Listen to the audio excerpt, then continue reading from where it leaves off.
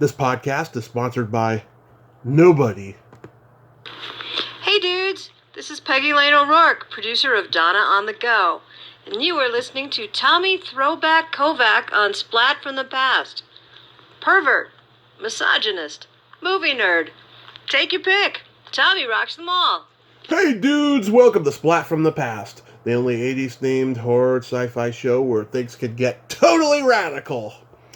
Now today, I will be welcoming back my good friend Peggy Lane O Rourke, who you all know is a producer of the web series Donna on the Go, which stars another guest of mine, Donna Russo. And she's coming back on the show today. We haven't talked since like early last year, shortly before the pandemic kicked into overdrive.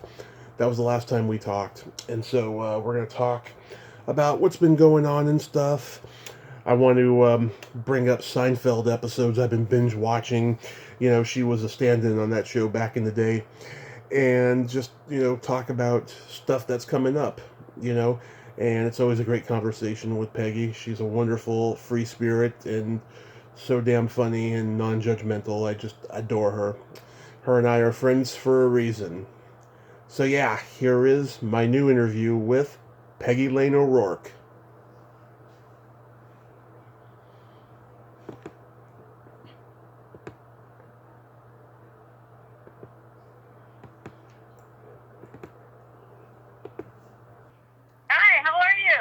I am a little groggy because I had a booster shot yesterday, and I just woke up, oh my God, just tingling all over, and not in a good way. Yeah. Yeah, they're rough. The first shot I had a terrible reaction. Yeah. But, you gotta do what you gotta do now, so... Yeah, I'm hoping to God that, we're not being fooled by, these vaccines and that we're going to come out okay with this. Yeah, I believe in science, so, yeah, I mean, that's the thing, though, you never do know down the line, but, you got to look at polio, right? We don't have polio now because we had a vaccine. Back in the 30s and 40s, yeah. I mean, Martin Scorsese survived it. Francis Coppola survived it. Quite a number of people did. They thought it was going to kill. It was going to kill all the children back then. Right. How are things now that the world is kind of opening up again? A little better. I haven't been able to put my show back into production, other than just things that I do on my own with Donna, but the cost of COVID, originally it was estimated to be like a fourth or fifth of the show's budget. Right. And now there's a thing that came out in Deadline today that's going, no, actually, according to, California tax incentives or something, it's more like 5%. Right. It's like, well, really? Because you were going on about like $250,000 on $1 million, but really? Okay. That doesn't seem quite possible because COVID compliance teams, you're hiring people, you're testing people. I was tested 3 times a week on the last show that I did. Oh, boy. It's a lot of money, You've got a laboratory, you've got results, you got to get the results to people, you got to let people know, contact tracing. It's a lot. Yeah, I had a test last May of last year after getting like a 48-hour virus that was just deadly. Oh God, I felt so bad. But I knew I didn't have it because I could taste things, Right. And my nose was clear. But my mom didn't want me to take any chances, so we went to my doctor. We had a test outside. She came to our car with a mask on and stuck that Q-tip all the way up my nose. It was so uncomfortable. And oh, God, yeah, I know. and the result came up good, so it was just a 48-hour virus. First time ever, Peggy, I had to cancel an interview ever. Oh, wow. Yeah, that's like the worst part, right? Because, that's a source of pride. Yeah, I mean, people cancel on me all the time, but the first time I ever had to do it, and it was just a friend of mine. Yeah. That's also we made up for it not long after that, but yeah, it was pretty bad. It was one of the worst ever, and I don't get sick that often anymore. I used to when I was younger, Yeah.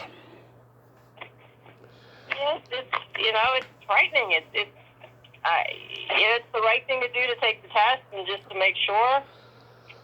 Mm-hmm. Yeah. So even with the show not being in production, I mean, it's still doing well. It's still winning awards, right? Yeah, which is pretty amazing. I mean, I'm really happy about that. Yeah. I mean, because you send me those those voting polls, all the time and stuff, and Donna does I know. too. Exactly.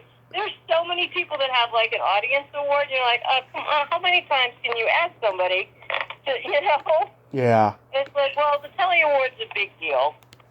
So that's the one that I'll really bother everyone about. But, some of the other ones, there's one festival, I don't want to say what it is, because I don't want to hurt anybody's feelings, but Yeah. they weren't even on IMDb yet, Yeah. And it takes a while for them to qualify. And, I thought I'm all or nothing, right? So if I'm going to do it, I'm going to do it. And pulled out all the stuff, bothered tons of people, and, and then I can't even put it up on IMDb. It can be like in a little bio section or something, but Yeah. it doesn't count as a win. I'm like, oh, I'm not doing that again. Yeah. Oh, it's hard to add and remove things on IMDb, anyways. Oh my God, I've been able to add, but in the past, removing things was just impossible, and it's crazy. This is for people that pay for IMDb Pro at least. This is your professional resume out in the world. In what line of work would someone else be able to control your resume? Yeah, I know, but Yeah?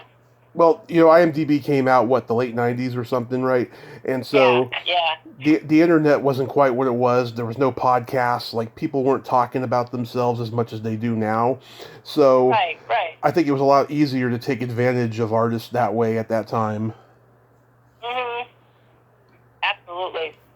It's become, the go-to for now. I'm sure in maybe a decade it won't be anymore, but for now. Mm-hmm. And particularly for actors, a lot of times someone else can contribute to your page. Right. And it may or may not be correct information. They could mess with your age. They could mess with all kinds of things.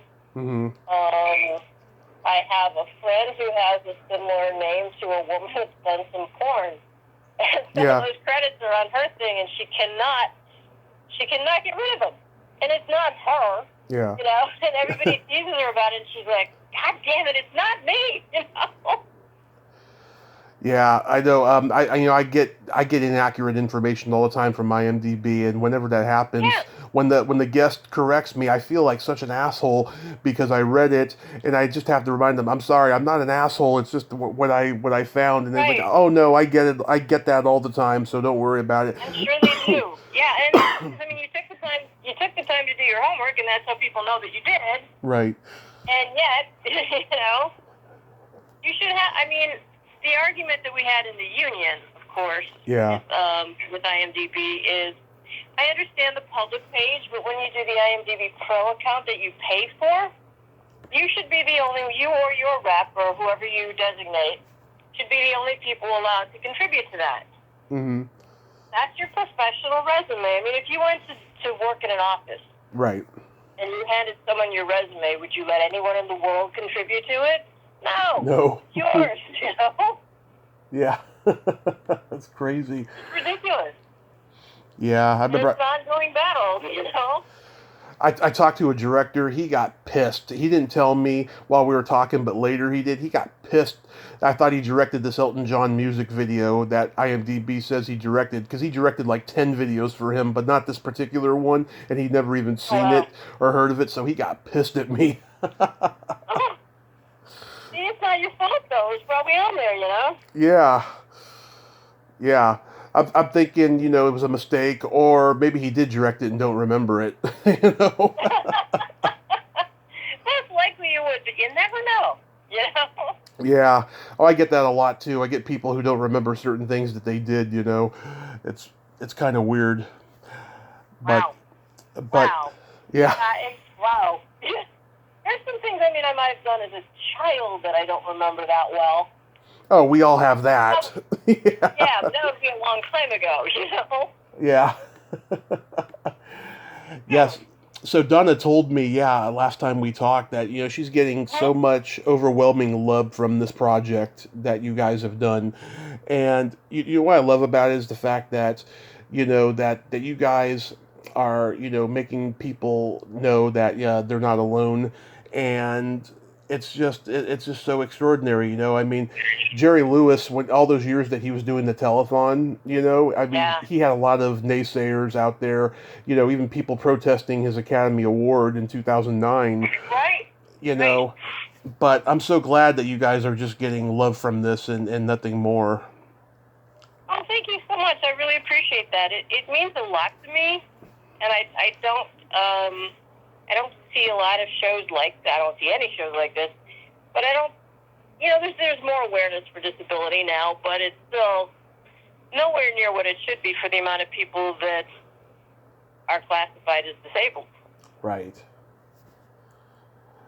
I mean, I get very complimented when people, think I pass as normal, with all my disabilities, and stuff.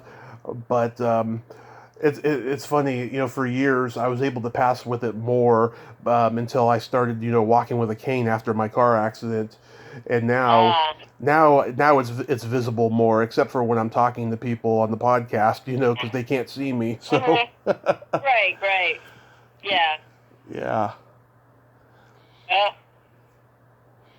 I've so my cat is demanding some attention. Oh, the cat. Oh, yeah. Last time we talked, we had just gotten a cat maybe 4 months before, and we just got a dog too a couple months ago. And the dog, she's a little terror, but she's young, she'll grow out of it. But the cat is getting so disciplined now, because in the beginning she was always biting my mom and just running around, loose. But now she's just more disciplined, and she's getting big too. I mean, she's a fat cat. Oh. Do they get along? Oh yeah. For the first couple of weeks, the cat was hiding all the time because she was just shy around the dog. But now they're like besties. My mom says, "Where's your sissy at? Where's your sissy?" Aww. Yeah. That's sweet. Yeah, it's cute. Yeah, because I have a couple dogs and a couple cats, and they don't all get along. Mm-hmm. But there's cats that think they're dogs, and they get along with everybody. Just walk amongst them, they're fine. But I have a whole series of gates here. Mm-hmm. Just like, okay, you guys can come out now, then you go in and get fed, and then the dogs come out and they go out. It's a whole thing. I feel like I'm running a little zoo. Yeah, that's so cute. Yeah. I've been binge watching a lot of Seinfeld lately. Ever since. Oh, cool. Yeah, ever since that podcast, This Podcast Is Making Me Thirsty came out, and they're interviewing all my friends and stuff. I just I want to get back into watching Seinfeld again, because I watched so much of it when I was in the hospital that I got sick of it after a while. But I went back and I watched the Muffin Tops episode. It's not a well written or particularly funny episode, but the ending with Newman playing the cleanup guy is hilarious. Oh, that's right, yeah. Yeah, it's brilliantly funny. I crack up every time I see it. There were so many episodes that I really liked, and I remember when we were doing the Stoop Nazi, which turned out to be a classic. At the time that I saw the first rehearsal of it, I'm like, oh, come on. Who would ever?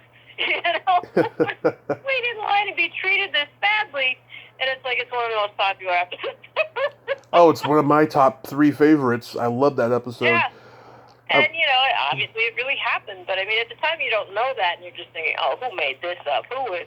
I would never, Yeah. Oh, it's very New York. And people who are not from New York don't get it. I mean... Right. I mean, I've never been to New York, and I'm not from there, obviously, but, I get what they're trying to convey, There's people who are rude like that, especially in New York, And I got a little taste of it. I got a little taste of it in San Francisco growing up there. Oh, there was like, old Italian guys running delis that were just like, from New York, and they just thought they were still there. They're like, buy something, get out, or something like that. Oh, wow. Yeah. There you go. Yeah. I'm from Chicago, and it's a little, like a mini New York. But I never saw anything quite like that. Yeah. Yeah. Well, apparently in California there's this sushi shack. Oh. Was it Sushi Nozawa or something? It was in the valley, I believe. Mm-hmm. And it's a small little place, like in a strip mall, but sort of legendary for having like a sushi Nazi. And in fact, that's what people had named him. Yeah. That you had to have whatever he served you. That was it. Today I make these, or whatever, and that's what you had. You're like, dude, I want it this, The sushi Nazi. You're like, well, yeah, that's what people were calling him that. I've never been because, I'm not paying for that, okay? Yeah. Life will treat you badly enough if you let it, so who needs it? Yeah. I just realized this is the 30th anniversary of the Red Dot episode. I was thinking about reaching out to Richard Fancy and talking to him about that episode. Oh, yeah. I love that. I love that one. I talked to the maid in that episode, Bridget Sienna. Her and Terry Bolo were at the Groundlings together. Oh, gosh, I didn't know that. Yeah, well, it's a small world, with all those improv comedians, they go on to television and film work, later, and then you find out later that they were at the Groundlings or Second City or something. Yeah. Right. I did a year in Second City in Chicago. Yeah, I think you told me that once. Yeah, when I was a kid, though.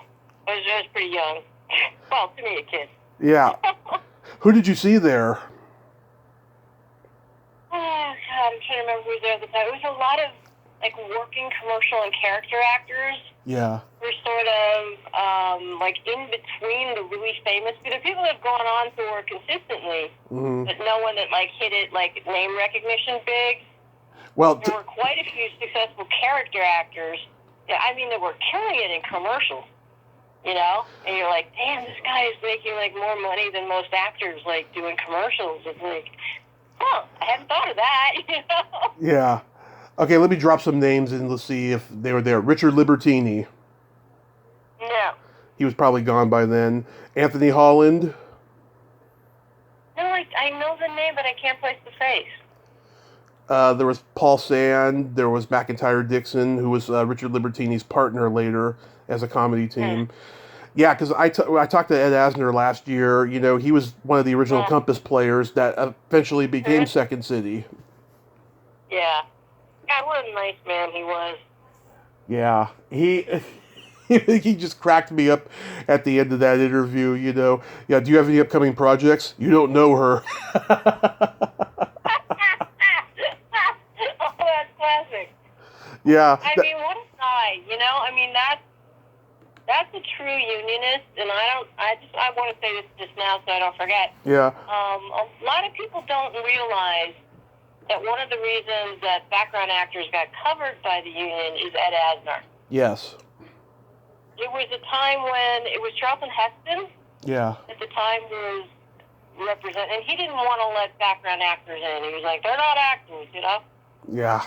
And then Ed Asner was like, just let them get pension and health. So a lot of people got into the union, were able to subsidize their acting work with either stand-in work or background work or just exclusively do that if they wanted. But they got health care. And a lot of people went on to qualify for pension benefits solely because of him. And that's life-changing for people. And, I mean, he doesn't get enough credit for that. And he never bragged about it. Yeah. And it's extraordinary. The amount of people that affected is amazing. You go on sets and you talk to people and, healthcare for 30 years, Yeah, yesterday would have been his birthday. Yes. Yeah. And his son, I'm sure his son is on social media and he posts often.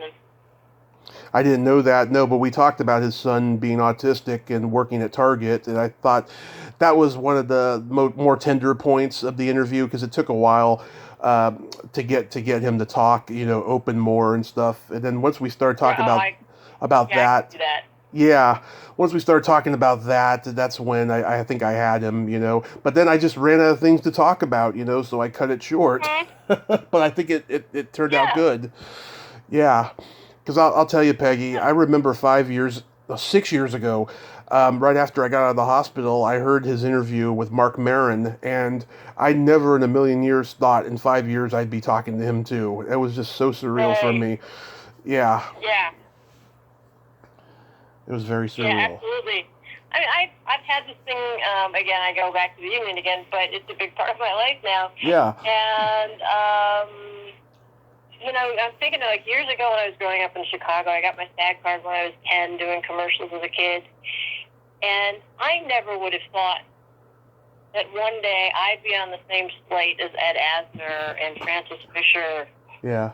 and, Jolie Fisher and all these amazing people that you kind of grow up watching. And, and suddenly you're all in the same room on the same table talking about things that could be better and how to make them better. Like, Right. Jesus Christ. But like, wow, that's amazing to me.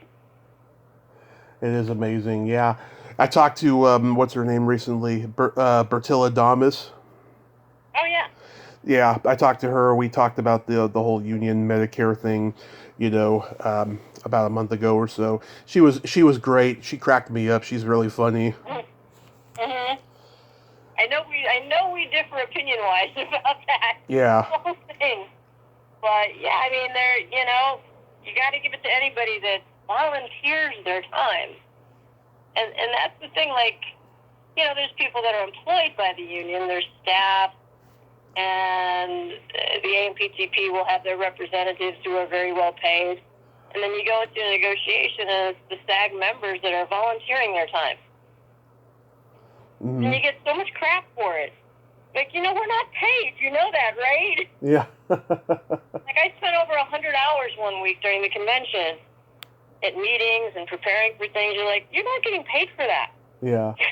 That's in lieu of other things that you could do for your career, or you're oftentimes negotiating something that will never matter to you, that will never even affect you, and you're doing it, and you're like, yeah, you're welcome. Just say thank you. Yeah. What's your favorite movie of all time? It's a Wonderful Life.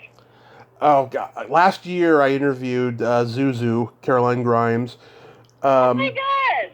Yeah, a friend of mine, Lori Jacobson, put her in touch with me, and I don't think she expected me to go so deep in stuff. I think she was a little uneasy during the interview, but I'm still glad that I did it though. And now I'm trying to get Jimmy Hawkins, and if I can't get him, I'll see if Caroline wants to do a part 2 because she's got a book out about the movie like that just came out recently. But yeah, I mean, I love that movie too, and I actually love my favorite Christmas movie overall is Miracle on 34th Street, the original. Yeah, that's a great movie as well. It's a Wonderful Life to me. Mm-hmm. It's like you forget because it's so popular and so sentimentalized. But when you see it, you realize it's actually pretty dark. It gets dark. Oh yeah. Really dark, And God, there's a wonderful story that I posted about Jimmy Stewart last year that I don't recall offhand. But what the movie meant to him is when he just come out of the war. Yes. And wasn't really able to speak about it, and a lot of that played into his performance because there's a lot of depth to that. I mean, oh yeah. There's a lot of despair in that film, and then there's the what I consider the religious element of it, or spiritual element. And it's just, I think it's the most perfect movie I've ever seen. There's no way to even describe it, and you remember it in your own life. I mean, for anybody at any time when you feel like, geez, what's the point? What have I really done? And everybody, I think, gets those doubts, and then you look back and you go, hey, I did this and that. Right. Whatever you did, wouldn't have happened if you weren't there. So it does matter. Right. Yeah, I mean, my favorite movie of all time has the same kind of theme as Back to the Future. Uh-huh. That's a great movie. It is. It's a special movie. It still gives me chills like it did when I was 3, when I first saw it. it just, when I hear that music during the end credits, Alan Silvestri just did a wonderful job with that theme. It's just, I just love it. To me, it's the most perfect movie that will ever be made. Even though Yep. Robert Zemeckis on the commentary track points out all the flaws and stuff, and I'm like, those flaws work. They look great. Mhm. You know? That's the thing I've had people tell me over the years too about. She likes to have flaws just in the small things that I've done, and they're like, people won't notice. Yeah. Like, really? It's like, so I see. Oh, I've it noticed. happens at all levels. Oh yeah, I've noticed stuff. I've noticed like a wire hanging and stuff. Right. Stuff like that. Yeah, but I think it's charming in its own way because it shows just how bad the technology was back then. Right. Yeah. True. Yeah, it's so cool. Do you still have your production company, Catholic Guilt Productions? Oh, I sure do. I just love that name. That's so Thank awesome. you. So many people comment on it. So people, I think a lot of people identify with it, or people remember it. I've gone up to like celebrities at various Emmy events, and they're like, "Oh, how cool!" And one lady one time, Don and I were doing the Abilities Expo, Mm-hmm. which is like a convention center for products that help people with disabilities. And we had a booth, and we weren't selling anything. We were just, trying to get people to subscribe to our show on YouTube. And one woman came up and saw my banner with Catholic Guilt. And almost everybody, I get 99.9% people have loved it or commented on it positively. But she was like really upset. Yeah. And I was trying to talk to her, she stormed off, and I'm like, wow, what? I'm not mocking it, I'm Catholic. Yeah. I really don't understand. And then some Catholic organization contacted me and wanted to do an interview. Yeah. And I'm like, hey, no, I'm not like a nun. It's not really about, it's just like a joke, kind of. Like how it informs your life in all the good and bad ways, Yeah. I have never known an actress who played a nun and was innocent in real life. That's funny. Yeah. I think it goes with the territory. But I would love to call my production company Throwback Productions. That's a good name. Yeah. Yeah. I'm always fascinated by production names, like Adam Sandler has Happy Madison Productions, Right. Yeah, I like those kind of names. I have to tell you, for years, I was trying, like, a lot of my friends were pursuing acting hard time, and I was auditioning as well. Mm-hmm. But, like, I was dreaming of having a production. I would write down names all the time. This sounds clever. Mm-hmm. Or that's something with Chicago. I'm from Chicago. Or I'd try to think of things, and finally it came to me, and I'm like, oh, this is perfect. This is perfect. Yeah. Yeah, I've been writing 2 books since the year began. Oh, wow. Good for you. Yeah, the first one is part memoir and part movie guide, how much I love cult films and what they mean to me and where I was when I saw them and what they mean to me and stuff. I've been taking a break from it, though, for a couple of months, though, because I've been crying an awful lot because I reveal some really private stuff I'd never told anybody before in it. And including this incident that happened to me watching a movie, and then me becoming good friends with one of the stars of the movie later through the podcast, and it's a person we both know. And I did an awful lot of crying that night, like putting it in the book. I'm like, this is going to be probably the most tear-jerking page of the whole book, I think. Yeah. Was it a good experience or not? It's a very good experience, but... Oh, good. I was worried. Oh, no. It's a wonderful experience, but it's very heartbreaking, but it's also a great example of, you can make things happen, if you never give up. Right. Yeah, absolutely. Absolutely. And that's to me when people try to figure out what's the secret to any success or longevity or anything, and it's that. Right. It's that much more than talent. Sometimes some of the most talented people I've ever met coming back to Second City or working on different shows, have not been able to make a living working. You know, and that's either they're too sensitive to rejection or they just don't have that in them, that I'll go to 100 auditions before I get one. Not many people can do that. You know? Yeah. We have the means to do that. Some of it's survival, but I mean, that's actually what it takes to try to make a living doing this. Exactly. Yeah, and then the second book I have, it's I'm writing a trivia book about one of my favorite bands, the Bengals. Mm. Yeah, I think they're very underrated. I think it's time that there was a trivia book about them, and I'm trying to get the bass player on here, the original and current bass player. She is. I'm trying to get her on here, but she's been going through a lot of personal stuff. But it'll happen in the future. Oh, I'm sure it will. That'd be great. Yeah, I want to do a book that's an erotica book about sexual encounters I've had and fantasies I've had. You know, just for humor. You know, Mm-hmm. a lot of people do that. I want to do that where I talk about my encounters and my fantasies, and people can determine whether or not they really happened or they were fantasy. That kind of stuff. Yeah. I think that'll be a book to work on in 2022. So. God, you're gonna keep yourself so busy. Well, this is the time to do it. When the pandemic hit, everyone was telling me this is the time to do it now if you want to write a book. Right. And I ended up writing Right, two. right. But I was procrastinating it for the whole year of 2020, and then a couple days, after Christmas, I was like, okay, I'm going to start outlining it now, and then I'm going to get to it, the first week of January, and that's what I did. And then the trivia book didn't come until like March, and then I did that, and all I have to do is format that. But I'm having fun writing books. I'd never done that before. Only written screenplays.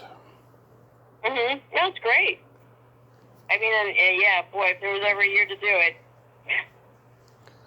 I know the moment that the pandemic hit, people who had been putting me on hold for a long time to do interviews were finally available, and I finally did it. Right. I got all these. Yeah, exactly. Yeah, all these bucket list people and stuff just came out of the woodwork. It's been just a miracle, and 2021 has by far been the best year. Nice. How many podcasts have you done now? Right now, you're 1,386. Jesus Christ, that's amazing. Absolutely amazing. It's dedication. Congratulations. Thank you. It's dedication and hard work. I don't know if you saw the status I posted last night, but I get these podcasters messaging me saying, what's the secret formula you have to being so prolific? It's hard work and determination. That's all. That's exactly it. Yeah. It's like that for most things, Yeah. That really is what it takes. Beyond what's logical. Yeah. Going. A person I'm going to talk to this week, she did a podcast this weekend, and she mentioned my name to this guy who messaged me on Instagram, and I don't know, he was making me uncomfortable with all these questions about stuff, and I haven't told her yet, but I'm eventually going to. But just like, yeah, I don't mind you mentioning my name to people, but just tell them don't contact me because I'm not a wizard, I'm just a lucky guy is what I am. Mm-hmm. Yeah. A lot of times when people contact you, mm-hmm. they want the shortcut to how you did what you did. Exactly. And it's like there really isn't a shortcut. I just, because people have asked Donna and me to speak about Donna on the Go, and a lot of times, how'd you do it? Yeah. And it's like, and what's the secret? It's like, well, there's no secret. I just, filmed it with my iPhone, edited it on iMovie, as simple as can be, with things I had access to. I did as much as I could by myself because I couldn't afford to pay anyone else. And then I just promoted the hell out of it. And then I went on Film Freeway, and I've spent virtually, probably 500 hours on there, searching for the right festivals that would sort of recognize this thing. And just, so at the end of it, it looks like, oh, God, you guys won 100 awards. How did you do it? Like, well, what worked for me might not work for you. Yeah, that's why I tell people. And then they wonder, what festival should I submit to? Do your own homework. Right. That's what I Don't tell. expect me to do your homework, you know? That's what I tell people. I say, just because it works for me doesn't mean it can work for you. I mean, there are routes you could Right. go, but it doesn't mean it's going to work for you. Exactly. Exactly. I mean, a lot of people have different kinds of projects, you know, or even in the disability community, people would ask, like, well, what's the tone of your project? Because that's going to determine a lot, festival-wise, you know, if you're drama or you're comedy or web series or whatever, and it just took a lot of time, you know, it took a lot of time researching things, and I did that myself. And I get the same way. I just feel like, you know, yeah, I worked for this because I wanted it. The only people... You want it, you'll work too. Exactly. The only people I have ever known who got successful from following the same formula is the people who sucked Harvey Weinstein's dick. That's about it. Jesus, yeah. Yeah. And, oh, man. How disgusting. You know, when I was growing up, too, I thought I was so impressed by him. Yeah. Who knew? I didn't know. I was in Chicago or even out here very far removed from that level of success. And it just seemed like here was a guy that worked at the time. It seemed like here was a guy that worked around the system. Like, okay, you can't do this, you can't do that, but you can throw a lavish party, and Shakespeare in Love will win the Oscar, even though it's not the most deserving film. Right. But you did that yourself because they didn't stop you. And in a way, I admired that. You know, just that level of hustle. I didn't have any idea that he was just disgusting. Yeah. You know? Yeah, I thought of him as the indie film god because I just loved... Right, exactly. Yeah, I just loved how he gave movies a chance that weren't being, made by other studios. Yes. Yeah. Exactly, and it's around the time when Miramax was like, that was the go-to for an art film. I had pitched a project with a writing partner that I had, and it was sort of you remember the movie Signs with Mel Gibson about the crop circles? Yeah. It was like a Signs meets Harry Potter kind of thing. Yeah. And they were very interested, and then they wanted to know how this could be like, 3 films, how it could be that, and then we had to go figure that out. And then we had another series of meetings. The second meeting, I was like, holy shit, we got a second meeting? Yeah. You know? And then they kind of cleaned house, and the people that supported us were gone, and then we couldn't get it back. But it was quite the thing to go to their offices, you know? Right. And to walk in there and all the posters of all the Oscar winners, and like, wow, we're here, you know? Yeah. And it was so random. I've been submitting things for years as a writer, and so had she. And, who was it? A friend of hers was I think the gardener? Yeah. One of the gardeners or something for someone at Miramax, and that's what got us the first meeting. No, psychic. It was the psychic. Uh-huh. Or a psychic gardener. I can't remember anyway. That's how we got the first meeting, and you're sitting there going, I cannot believe that after 15 or 20 years of doing this, that this is what gets you the meeting. So you're saying she had and I thought, well, and I just thought, well, this is like a courtesy meeting, and then, we do our best, but I can't imagine. And on the second meeting, we were like, holy shit, we got a second meeting. Yeah, I mean, I'm a pretty, how should I say? I'm a pretty voyeuristic kind of a guy, I mean, I don't get uncomfortable easily by stuff like that, but like I don't get off on people being uncomfortable, No, it's not okay. Consent. It's always about consent, Yeah, exactly. And when I hear stories about that kind of stuff, it just makes me sick. Yeah. It's appalling. Maybe we cut off the head of the snake, pun intended, but, it's still prevalent. I mean, sadly, it's a part of human behavior. It's been rewarded for so long, it's like it's going to take forever for the whole system to change.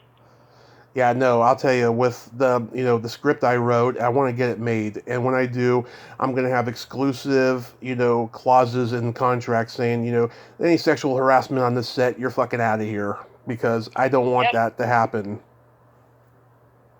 it's just horrible, and it just makes people so uncomfortable. And God, what was the case today? Just in passing, saw something in Deadline. The blanking Eliza. I don't know how you say her name. Dushku. Eliza Dushku. Yeah. Dushku. Yeah, her case again is on Bull with Michael Weatherly. Oh, I didn't hear about that. There was another thing in Deadline today about it that I didn't have time to read, but it's still there. It is again, and it's still a battle being fought, and a lot of it seems to just, I don't know how physical it was, but it's language, it's how you talk to someone in front of people, and there's a lot to it. It's not, just the abusive elements. You set a tone, you create a tone. Yeah. And if you've ever worked anywhere where you knew that was happening, it's uncomfortable, and you don't know what to do, and you don't know how to help, and you're like, do you want me to call somebody, or, Yeah. It's disgusting, but it's getting better. It's turning around, Yeah. Yeah, finally, thankfully. And then you see people trying to come back. Kevin Spacey's trying to come back, and you're like, dude, really? Oh, God. I heard an interview with his brother. There's a guy who has a radio show. He's a private investigator. His name's Ed Opperman, and he had Kevin Spacey's brother on there and stuff. And it was talking. His brother's. He's always thought his brother is weird, and he sounded very bitter about his brother's career and all that shit. And he's got a book or something. It was just one thing that the internet has done. It's enabled people to come out of the woodwork and like profit off of things, and it's really that's disgusting too. I think. Mm-hmm. Yeah, it is, and it's like you don't know where that comes from. It could just be jealousy. Yeah, like in the world of horror, right? I interview people who played, Jason, that wore a mask, and then or Michael Myers, but there's like 3 different guys who played them in the same movie in different scenes because one guy wasn't available or whatever, and right. they're going to conventions and saying that they played Jason or Michael Myers in the whole movie, and they're getting into personal trouble over that, and the fans are turning on them. It's just it's disgusting. Oh, wow. Yeah. Yeah, it's true. Of course, the fans do know. I watched the latest Halloween. Yeah. Like every year there's another version of it. I was gonna go see it, but I've been so busy. Go ahead. Yeah, I loved the original. Same here. So did so many things that I hadn't seen done before. Mm-hmm. Shooting behind the mask for one, in the opening scene, there were a lot of tracking shots. The music didn't cue the kill. Mm-hmm. Music would happen at the moment that something happens. You'd really jump out of your seat. It wasn't like, bump, bump, bump, bump, bump, bump, something's going to happen. It wasn't like any of that. Mm-hmm. I thought it was such a great movie, and few kills compared to now. Every movie I've seen post-Halloween has upped the death count considerably, and that's not what made it scary to me. Yeah. Yeah, I'm gonna go check. I'm watching it. Yeah, I'm watching it like Michael Myers moves very differently than he has in other films. And I'm thinking, well, that's not him. It might be his dad, but that's not him, And you can even tell the way people move. Yeah. I talked to the first victim of the first Halloween movie, Sandy Johnson.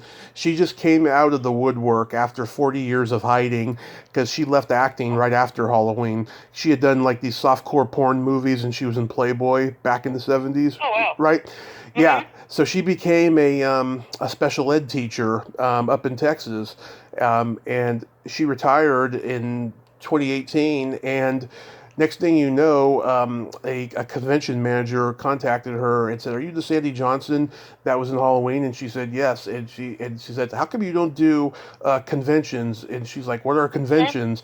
And so he educated her and then signed her, and then she's been doing conventions ever since. And she's just getting overwhelming amounts of love just for playing that Oh, character, wow. just for like a couple of minutes on screen at the beginning. It's amazing. Mhm. Yeah, Wow. Well, it's an iconic film, so. yeah. Oh, she is so awesome. I mean, obviously because she was in Playboy porn, she's not easily offended, so I can tell her jokes and she laughs out loud. And her husband's the same way too, from what I've been told. I haven't met them in person yet because of the pandemic, but I That's will. great. I will eventually, and we'll have a good time. Oh, that's so cool. Are they out here in California? They're still in Texas, but they were going to go to Monsterpalooza last year until the pandemic hit, so I didn't get Yeah. to meet them. Me and my mom, we were going to go to Monsterpalooza and the Hollywood show in the same weekend, and it didn't happen. Yeah. I so much got.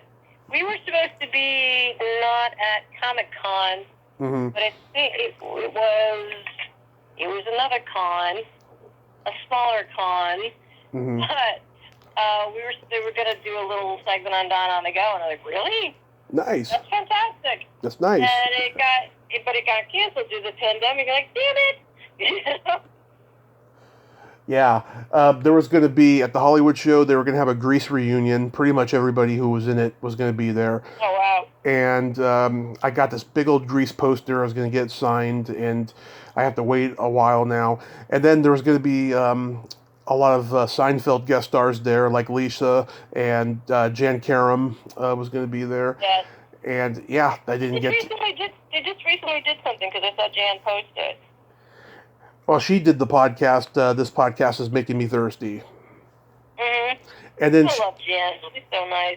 oh my God! So I reached out to her in 2018, and it was about a year before we actually did the interview. And when we did, we were just cracking up and having a good time. And Yeah. we talked for a long time, and then she was going to come back on recently, and then she's taking care of her parents right now while she's working, doing stand up and stuff. But she's going to come back soon. That's cool. I used to love her stand up so much when she gets it on the show, and she got a great episode. And it was just so nice. Like I kind of got to hang out with her a little bit, and like I knew all her stand up. Oh yeah, she's hilarious. Do you remember Anita Wise? Yes. Yes. She's become a good friend of mine through the podcast, and we just have really funny, dorky conversations whenever we talk. She did another Seinfeld tribute podcast recently, and I said, "Have you gone on this podcast is making me thirsty?" And she laughed out loud and said, "That's an actual name of a podcast." And I'm like, "Yeah." Yep. And then I tagged Jan and said, "Yeah, Jan's been on, so you should reach out to them." Mhm. Those guys are so nice. Our costumer on Seinfeld, Stephanie Kennedy, Mm-hmm. she started a Seinfeld backstage page. I think it was Instagram Right. or whatever. She found all her original Polaroids from wardrobe, and she's like, "Oh my God, these were the ones that weren't in the book. These are the ones that she just had." And she started posting them and got a really big following out of that.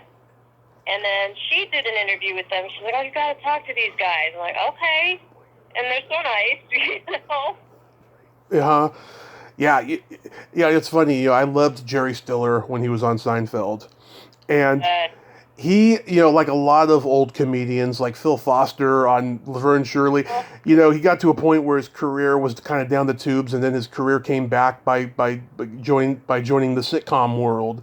That's exactly it. Yeah. Yeah, and also I think his son's success kind of boosted it as well. It just he was just so great on Seinfeld and King of Queens, and he's become a pop culture icon because of it. Right. And just the nicest man. He and his wife Ann Mira were the nicest people. They would come and visit and like hang out on show night. You'd have a catered meal, and most people will sit with the actors. Right. But Sherry and Ann, they'd sit anyway, with the grips, they'd sit, anywhere. They would just sit and talk to you. How's your mother? How's your wife? How's the family? They're just so down to earth, and Ben used to come visit his dad on Seinfeld. This is like when he had his original show on Fox. He would be there a lot.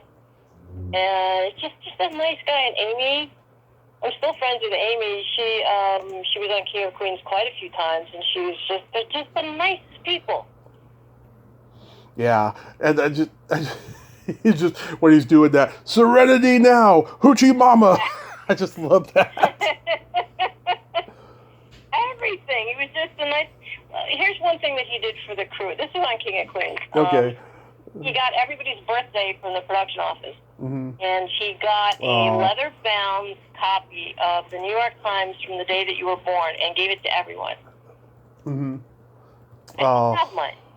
And or a scarf from the Metropolitan or something. He would always you'd get a Christmas card. People got Christmas cards religiously every year. Not just the actors, every craft service, grips, electric props, makeup, everyone. Yeah. And nobody does that. Nobody. Yeah. Nobody did that. It was genuine and it was from the heart, It is, yeah. Speaking of birthdays, do you have any birthday plans this year? I'm thinking of venturing back into a movie theater for the first time. You should. I really want to see the James Bond thing. I know it's like on iTunes now for 19, but it's just not the same experience. Yeah.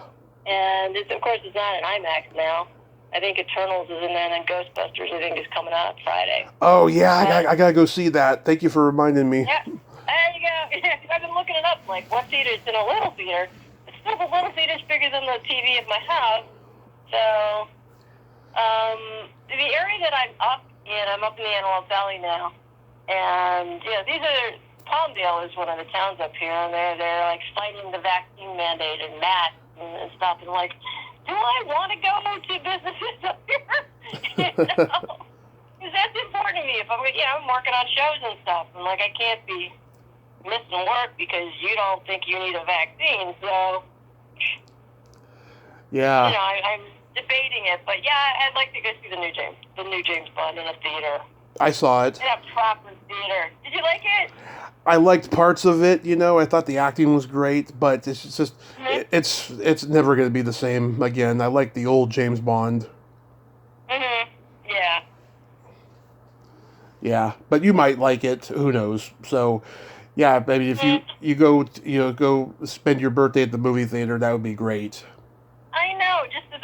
I know. When the movie starts, I'm going to start crying, just because I love movies. Movies to me are like what church is supposed to feel like. Right. You know what I mean? Even if it's not even a great movie, it's just, I don't know, something about this collective humanity in the darkness with people you don't know all reacting or laughing or screaming at the same. There's something about that that you just don't get watching your stuff at home, Right.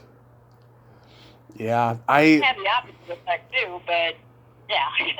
Yeah. We only have like one showing left each day of Halloween Kills, so I'll probably just see it on demand or something or streaming. Yeah. But I did the HBO thing, yeah. Yeah, I'll definitely go see the new Ghostbusters movie in the theater, because I did with the reboot in 2016. I was disappointed by that movie, by the way. But yeah. I'll go check it out. How about... go ahead. I haven't heard much about it. Other than, there's a big, obviously a big promo push, but I haven't heard... people were still against the female version of it. And it's like, why? Why would you give it a chance? And then if you don't like it, you don't like it. But don't like it because it's women. I wasn't against that. I just didn't think it was funny. That's all. Right. No, but some people before they saw it before it came. Oh no, this can't work. No, it's not. Nothing's sacred. Okay. Yeah. It plays all the time. Although, what's her name? Laura Harrington or whatever her name is, who was on Saturday Night Live. She cracked me up when she did that. Come out wherever you are. When they're telling the ghost, come out, Yeah. It had moments. I didn't particularly like it that much myself. But, they made money. I don't know if they made their money back when you consider the budget and publicity. And you got Ed Begley. Whenever they tell you how much a movie costs, they're not really factoring in the publicity. And they got Ed Begley Jr. in it, too. Yeah. Which I thought was a great touch. Add another 40 or 50 million to that budget, and you'll know what they spent. How about, do you have any Thanksgiving plans? Perhaps my cousin is inviting me every year. She's in Indiana, and it's not easy to get. Back and forth. I have animals here. Donna is still my roommate up at the house. Mm-hmm. And, if I'm gone, she's here by herself and she may need help. So it's tricky, and it's an expense to travel. And at times when work has been relatively uncertain. So I don't know. I would love to go. I'd love to spend the holiday with her. I love my cousin so much. And she's part of this birth family that I found out that I had later in life. And there's just some people that you just connect with, And I feel like I'd known her my whole life when I met her. And it's just kind of interesting because we checked each other out on Facebook before we met. You know what I mean? So I saw her picture, she saw mine. So when we met, it's like I caught up. I'm caught up, Yeah. I know who you are. I knew where you grew up. I just felt like I knew her, and I think that's a big reason why. Right. I mean, you two have become such good friends, and you both have just a great chemistry together. Oh, thank you. Do you have any Thanksgiving plans? We're just gonna eat Thanksgiving food. That's basically what we do. I don't know if anyone's coming over this year. Last couple of years, my best friend came over, and then my brother had a girl over last year. But I don't know what's going to happen. I'm just going to eat. Yeah. Well, can't go wrong with that. No. No. Are you a turkey or ham or? I'm a huge turkey person. Yeah. Yeah. I just I go crazy with white meat, dark meats. I love my stuffing, and my mom makes really good Italian stuffing too. And wow. Oh, nice. And she got the mashed potatoes and gravy, and we get the dinner rolls and all that. Just love it. It's my favorite meal, probably. Do you do being Italian? Does she do the lasagna thing too? No, I mean she does make lasagna, but not for Thanksgiving. Okay. Because Donna invited me to her sister's one year, and of course Italian family, Russo, and they did lasagna too. And I'm like, lasagna, really? Where's the turkey? Turkey, right? Yeah, I don't understand that. I remember my brother dated this Latino girl for years, and one year we went to her family's for Thanksgiving, and I had heard about the father for a long time before meeting him, right? He was a racist. He did not like black people, right? Oh, wow. And he could barely speak English, the guy, and so could the mother, right? So I was just uncomfortable being in his presence. He had this aura about him that was just really disturbing. And I did everything I could to sabotage that dinner, and it worked. And my brother was pissed at me. I was just, being very offensive, and just, just mocking him for not liking black people, I just thought that was wrong. And then, my brother stayed with that girl another 2 years, and then that was that, She's one of the few people that I would have approved to be my sister-in-law. I adored her, but it just didn't work out after a while, and now she's married with kids, and I think she lives in New York now or something. Oh, wow. Yeah. But that was that was crazy. Yeah. I mean, I have a little bit of post-traumatic stress disorder from the couple of years that I was homeless, and I had to go to Narcotics Anonymous meetings for free holiday meals and stuff. Oh, geez. But they had the best food though, because they had turkey, ham, fried chicken, and just everything that you could want for Thanksgiving was there. I used to volunteer over at Project Angel Food for the holidays and stuff, and I tell you, that food looks good. Yeah, it could be very interesting to do it though, but it could also be so rewarding, that you help those people at the same time. Absolutely. Sometimes, everybody needs to help themselves too, I mean, this past year, a whole lot of people found themselves in, food lines or whatever, grocery lines or, I went a couple times when the pandemic got really, really like April, May, when it was really stressful, and you're like, Jesus Christ, how do I budget a year? Can I survive a year of this? Who knows? Yeah. And there was a local group up here that posted on their Facebook page that they had so much food left over that people weren't coming. And they're like, please come. We're not checking income or anything. Just please come. We don't want this to go to waste. And they're like, all right, okay. You feel guilty, Yeah. But I went, and it was one of the best experiences I've ever had. There a lot of people waiting in line, maybe an hour or so, but you're talking to people. You're talking to your neighbors. You're meeting people that you've never met before. Mm-hmm. And it was such such a sweet thing. They set it up like a grocery store.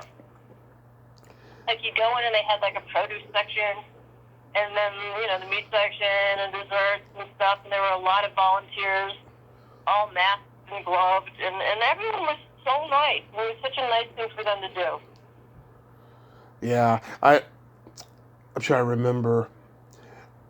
So there's a restaurant out in the Bay Area called Alice's Restaurant, and every year the local food bank does a thing for a free Thanksgiving meal, 3 Thanksgiving meals with them every year, and they usually have a pretty good turnout of people who are in dire need and stuff. I wanted to go one year, but I never got to. But last year they actually didn't have it because of COVID. Jeez, yeah. Yeah. This particular one that was up here, they had their huge trucks. It was God's Love Ministry or something. Mm-hmm. And they would go around to like Trader Joe's and Whole Foods, and because you'd recognize the brand. Right. And they'd get the food like, I need it just before it expires. There's so little shelf life in it. And, but, it didn't go to waste. It was like a win-win.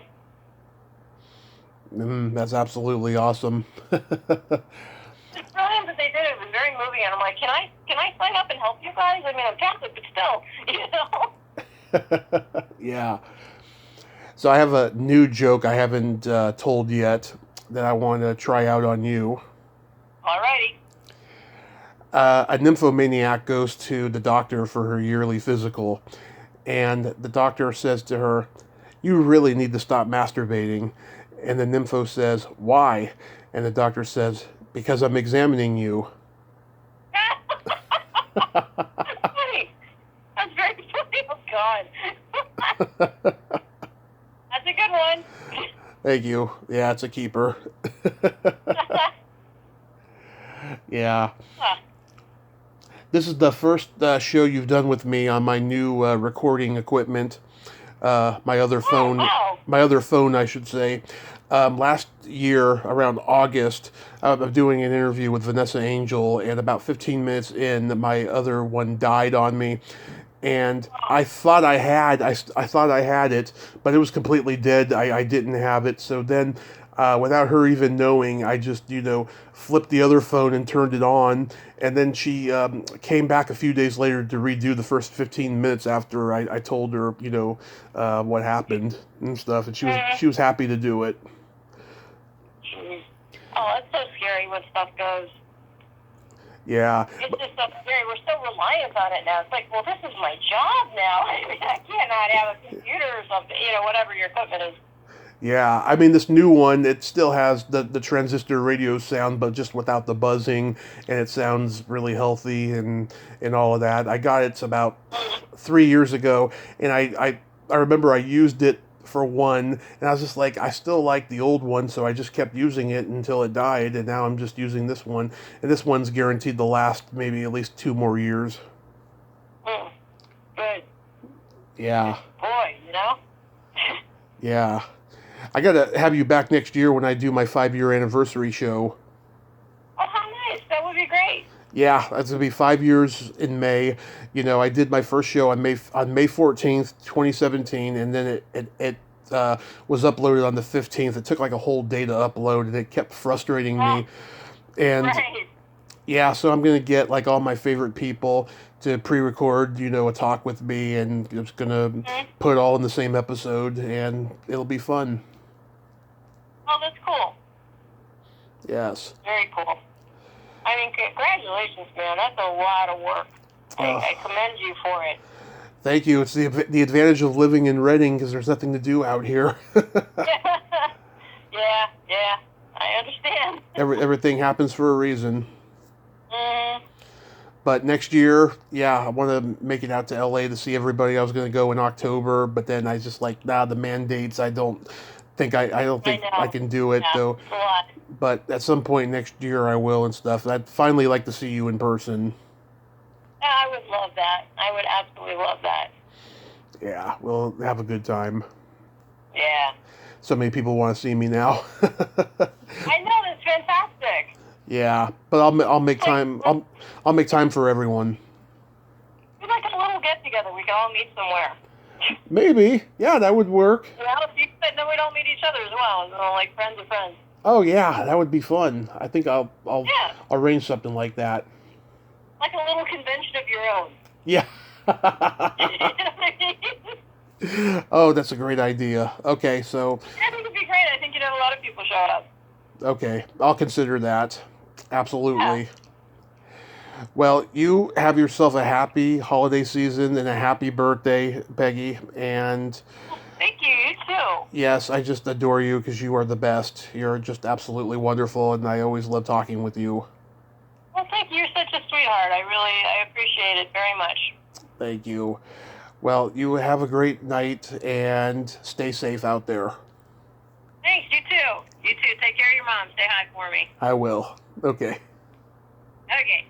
Bye. Bye-bye. Well, there you have it. Peggy Lane O Rourke. Ain't she a sweetheart? Oh, she is just a fabulous, fabulous lady. It was great to talk to her today.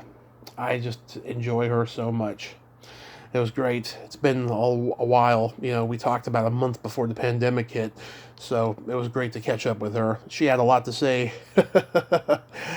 Well, until next time, this is Tommy Throwback Kovac saying there's no shame in living in the past because the present sucks. Later, dudes. Serenity now!